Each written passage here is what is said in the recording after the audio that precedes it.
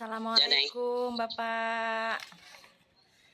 Eh, Waalaikumsalam warahmatullahi wabarakatuh. Bapak, saya Rizky Amalia dari Ya, Universitas Neng. Negeri Semarang.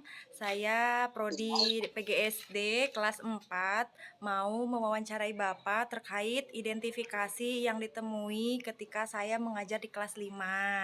Apakah Bapak bersedia? Sangat bersedia. Baik, terima kasih. Ini adalah pengawas Kecamatan Nanggung, Bapak Saifullah, SPDI MM. Baik, Bapak, mulai saja ya, Bapak ya.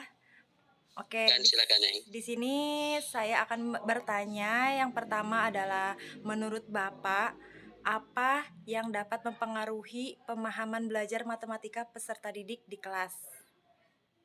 Hmm. Yang pertama, kondisi kelas dulu, ya. Bahwa anak disiapkan dulu kesiapan belajarnya sampai mana. Kemudian kesiapan perencanaan yang dibuat oleh guru sendiri. Ya, hal-hal apa saja yang perlu disiapkan ketika akan menyampaikan materi tertentu, misalkan operasional penjualan, operasional pengurangan dan seterusnya. Sehingga siapkan alat peraganya apa, kemudian metode apa, strateginya seperti apa, sehingga konsep matematikanya ini atau konsep operasional yang akan diberikan sampai seperti terutama alat peraga yang sangat dibutuhkan untuk peserta didik supaya ketika menyampaikan materi ini tidak verbalisme seperti itu tadi ya. Baik Pak. Pertanyaan yang kedua Bapak ya, menurut Bapak apa yang menyebabkan rendahnya pemahaman belajar matematika peserta didik di kelas 5 khususnya? Baik. Rata-rata ini ada bagaimana anak di kelas rendahnya dulu. Oh iya. Dari kelas 1, kelas 2, kelas 3, kelas 4. Konsep matematika ini yang nah, misalnya di kelas 1 ini sangat penting sekali buat peserta didik, buat anak. Kemudian akan ada pengembangan di kelas 2, kelas 3. Apalagi di kelas 4 ini ada perubahan konsep dari dasar ke agak Meningkat. Kemudian tambah lagi di kelas 5 ini materi agak berat menghadapi kelas 6. Karena itu pertama kesiapan gurunya. Pertama penguasaan materi guru ini sangat penting. Jadi kompetensi bukan hanya kompetensi pedagogik saja, bukan hanya kompetensi sosial saja, bukan hanya kompetensi kepribadian saja, tetapi kompetensi profesional ini penting sekali buat guru itu sendiri. Nah, konsep-konsep ini nyampe ke peserta. Jadi pengenalan konsep dulu, pengenalan konsep. Kemudian pesan dari matematika itu sendiri apa seperti itu. Kemudian dasar yang paling utama untuk matematika adalah operasional penjualan, pengurangan, perkalian dan pembagian. Karena sampai perguruan tinggi pun konsep ini operasional akan selalu dipakai. Iya betul. Nah, kalau seandainya siswa lemah atau gurunya pun lemah di konsep ini, di operasional ini, yakin sekali bahwa anak-anak sulit untuk menerima. Kemudian gurunya juga akan kesulitan menyampaikan konsep matematika seperti itu. Ya, berarti seperti pondasi ya Bapak ya. Oke, Bapak yang kedua. Yang kedua, variabel masalah yang saya angkat yaitu tentang minat dan keinginan dari pendidikan berdiferensiasi itu Bapak ya. Misalkan menurut Bapak nih, apakah menurut Bapak seorang guru itu penyebab seorang guru itu kesulitan mengidentifikasi gaya belajar anak seperti di kelas itu Hmm, kan, anak-anak itu kita harus tahu ya Bapak ya, keinginannya ya. belajar seperti apa. Menurut Bapak, apakah penyebab seorang guru itu sulit untuk mengidentifikasi? Hmm. Pertama yang perlu dimiliki oleh guru kompetensi sosial. Kompetensi sosial ini sangat mendukung sekali untuk itu. Nanti guru akan memahami apa yang dibutuhkan oleh siswa ketika ada pendekatan persuasif kepada siswa. Jadi ada pendekatan khusus yang dilakukan oleh guru terhadap siswa dalam rangka proses memahami. Jadi perlu ada proses analisis kebutuhan. Jadi analisis anak. Jadi ketika ngajar, ketika mendidik anak itu harus berangkat dari analisa kebutuhan, bukan kebutuhan gurunya, Iya, tetapi kebutuhan. kebutuhan anak. Nah, seperti itu nih. Ya. Lalu menurut Bapak, faktor apa saja yang perlu diperhatikan oleh guru untuk cara menganalisis kesulitan belajarnya tersebut, Bapak? Atau keinginan anak tersebut, cara menganalisisnya ya, Bapak? Eh, Pertama kita harus punya tujuan, maksud tujuan. Jadi perlu diluruskan dulu tujuan guru menganalisis itu. Kemudian harus terformatkan. Ada form yang harus dibuat. Karena butuh data ya, butuh Iya, data betul. yang otentik. Karena kalau tidak berangkat dari data, ini akan kesulitan ketercapaian itu.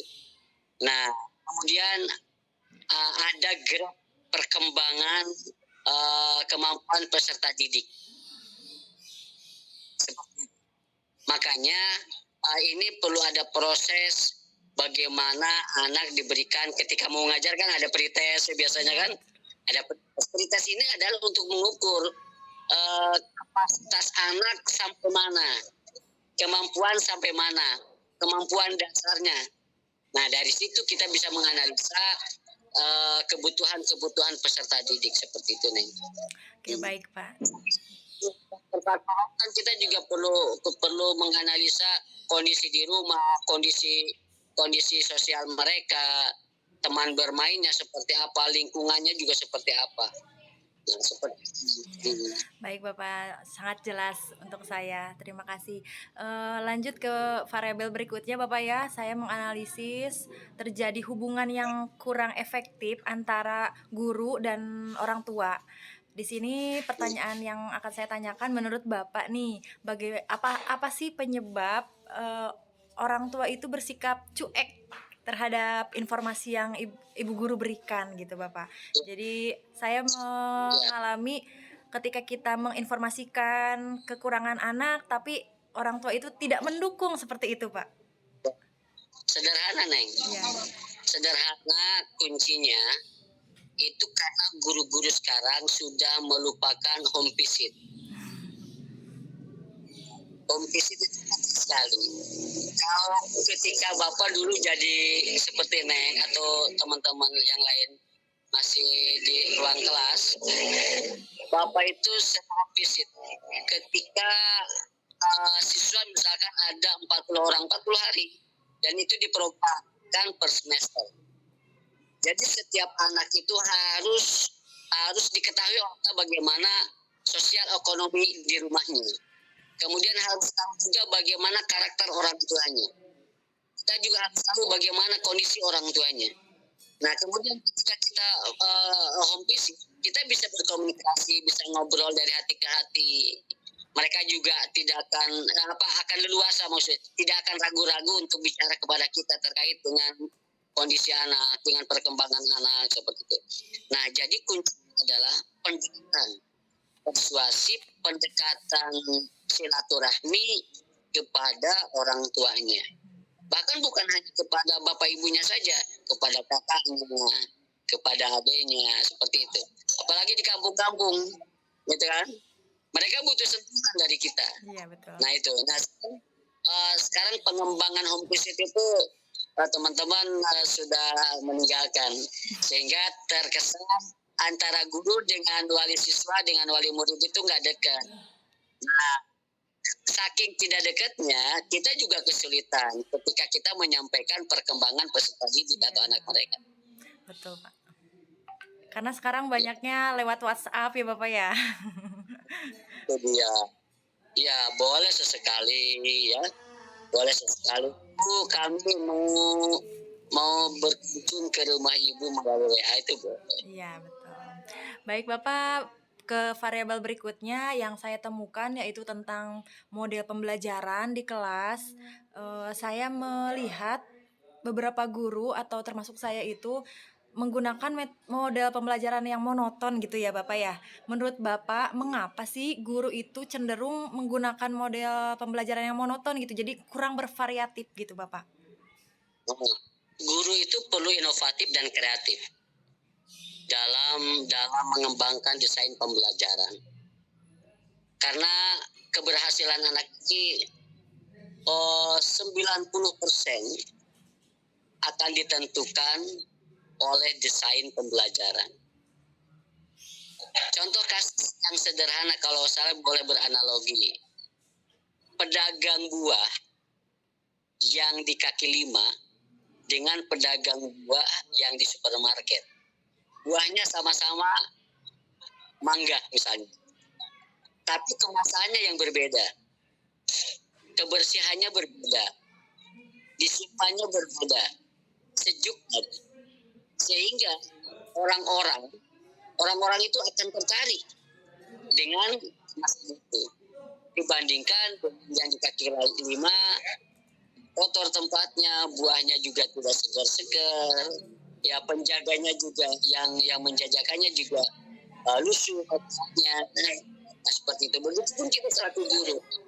Pertama, kita harus mampu bagaimana mendesain pembelajaran yang baik dengan berbagai pendekatan, dengan berbagai metodologi, dengan melihat prinsip-prinsip dasar tentang pembelajaran. Nah, situ makanya literasi sangat penting. Kita guru memang literasinya suka kurang ya, masih kurang. Karena itu literasi guru ini sangat penting sekali dalam rangka pendarahan keilmuan terkait dengan logik. Samping kita juga harus pintar untuk memahami beberapa materi yang dibutuhkan oleh peserta didik. Jadi yang pertama adalah bagaimana guru ini mengembangkan inovasinya, mengembangkan kreativitasnya sehingga desain pembelajarannya terlihat menarik. Makanya kan perlu adanya assessment yang dilakukan baik proses maupun setelah pembelajaran. Sebagai umpan balik yang sudah kita lakukan ini, pembelajaran ini sesuai nggak dengan kebutuhan peserta didik atau nah seperti itu misalkan. Iya. Baik, Pak. Kalau menurut Bapak sendiri, apa sih yang menyebabkan guru itu sampai tidak bisa menggunakan beberapa mode pembelajaran atau bahkan monoton gitu? Jadi apa yang membuat guru itu kurang bervariatif gitu, Bapak? Apa faktornya? Karena nggak mau belajar. Oh iya, karena nggak mau belajar ya, Pak. Tidak mau berkembang ya, Pak. Nah, ketika kemauannya kurang, karena gurunya tidak punya visi misi, maka belajar pun malas. Malas, sehingga mengeksplor dirinya itu kurang. Gitu. Jadi, ya, Pak, baik. Kata kuncinya adalah belajar. Belajar. Ya, jadi mau siswa atau guru semuanya tetap belajar ya, Bapak ya. Dan bertanya. Iya. Jangan malu bertanya. Iya, siap, Pak. Baik, Bapak, ke variabel berikutnya. Sekarang tentang literasi numerasi di kelas ya, Bapak ya. Menurut Bapak, apakah penting numerasi dan literasi itu, Pak? Sangat penting. Sangat penting. Pesan Allah melalui Rasulullah, Iqra, dalam surat Al-Alaq ya. Iqra, bacalah. Bukan hanya membaca ayat-ayat yang tertulis, yang tidak tertulis pun perlu diliterasikan, diiqrakan. Makanya ketika kita mengajar pun itu lebih baik di ruang kelas, bukan di ruang kelas, tetapi di luar kelas yang tidak dibatasi oleh dinding-dinding. Alam ini harus dijadikan sebagai media pembelajaran. Karena sebagai laboratorium yang sangat luas, yang sangat kaya. Itu seperti itu. Jadi literasi sangat penting. Nah, Bapak, untuk literasi numerasi di sekolah itu sepertinya sangat sulit ya, Bapak ya, karena kurangnya pembiasaan. Menurut Bapak, mengapa guru itu sulit menerapkan pembiasaan-pembiasaan literasi numerasi sehingga membuat siswa atau anak itu malas membaca seperti itu ya, Pak, atau bahkan tidak bisa melihat atau membaca soal berhitung gitu, cerita gitu ya, Bapak ya. Jadi anak udah males duluan gitu ya, Pak? Itu perlu dilatih dari sedini mungkin. Dari kelas 1 itu anak harus dibiasakan. Proses pembiasaan ini penting. Kemudian tauladan ini penting juga. Kalau gurunya malas baca, yakin siswanya pun malas baca. Nah, karena itu berangkat lagi harus dari diri kita sendiri. Kita harus rajin baca sehingga nanti kita akan bisa mengajak pada peserta didik manfaatnya membaca itu apa. Seperti itu. Bisa diiriskan dengan pengetahuan-pengetahuan agama terkait dengan Iqra tadi. Ini bukan kata guru, tetapi Allah yang berpesan melalui surat itu. Bahwa bacalah, literasi numerasi ini penting. Seperti itu. Baik, Bapak, cukup paham. Nah, ke variabel berikutnya sekarang tentang teknologi pendidikan ya, Pak ya. Variabel terakhir ini, Pak ya. Menurut Bapak sendiri, bagaimana peran teknologi itu di dunia pendidikan kita, Pak? Ya, peran teknologi ketika kita mampu memanfaatkan sebaik mungkin, maka ini akan mendukung terhadap proses pembelajaran. Ketika proses pembelajaran ini bisa memanfaatkan teknologi dengan baik, teknologi yang sederhana sampai teknologi yang bernilai harga yang besar, ini akan mendukung pada pendidikan, kemudian hasilnya pun akan lebih baik. Nah, gitu. Makanya dengan konsep teknologi masuk dunia pendidikan ini sangat penting sekali. Dan yang paling penting adalah bagaimana kita berpositif terhadap teknologi itu sendiri. Ketika kita berpikir negatif, yakin hasilnya pun akan negatif. Seperti itu. Contoh kasus begini. Belum ada COVID, anak tidak boleh pegang HP. Tapi pas ada COVID, HP itu dibutuhkan dan wajib semua siswa pegang HP. Ada pembalikan fakta, ada kontradiktif konsep di situ. Tapi ketika berpikirnya positif, maka positif. Dan menggunakan teknologinya dengan terarah, positif hasilnya. Dengan daring tadi. Nah, karena itu tergantung bagaimana kita mensikapi dengan arif dan bijaksana.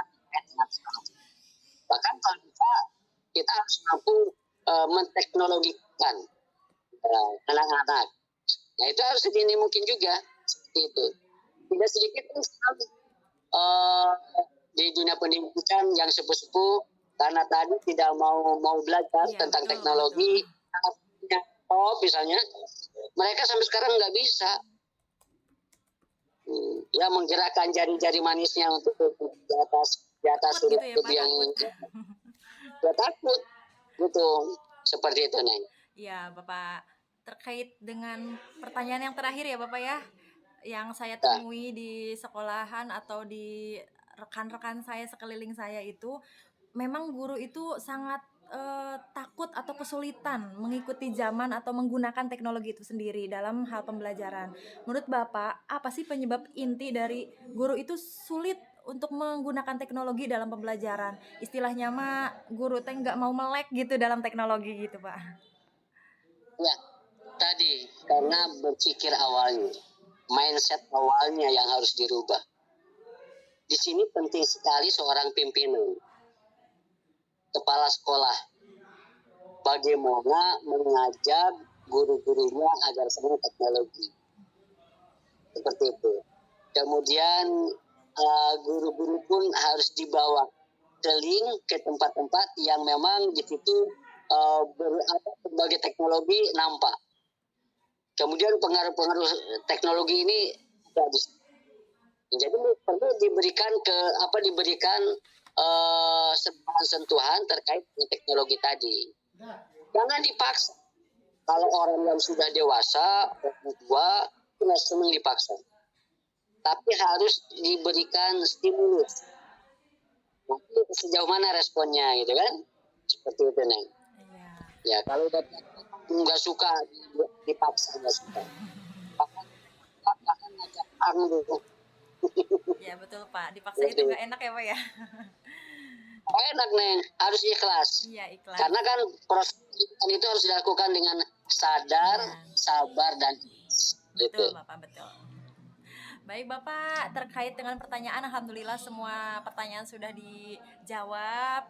Alhamdulillah jawabannya itu sangat saya mengerti dan pahami. Semoga masukan dari Bapak ini bisa saya terapkan dan bisa saya tuangkan dalam laporan saya. Terima kasih banyak waktunya Bapak ya. Maaf sudah mengganggu waktu Bapak.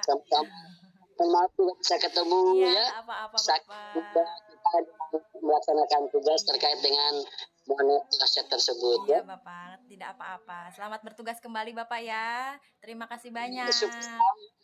Doakan saya selalu sukses. Doakan terus ya Bapak. Amin. Pasti didoakan. Mudah-mudahan Allah memberikan nilai yang terbaik. Amin. Terima kasih doanya Bapak. Assalamualaikum warahmatullahi wabarakatuh. Waalaikumsalam warahmatullahi wabarakatuh.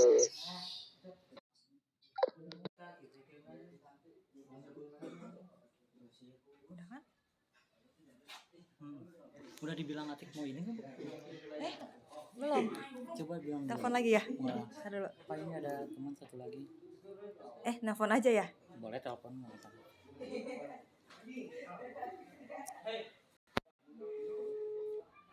Di HP Gigi aja? Apa nanti rekamannya dikirim boleh nggak gitu aja?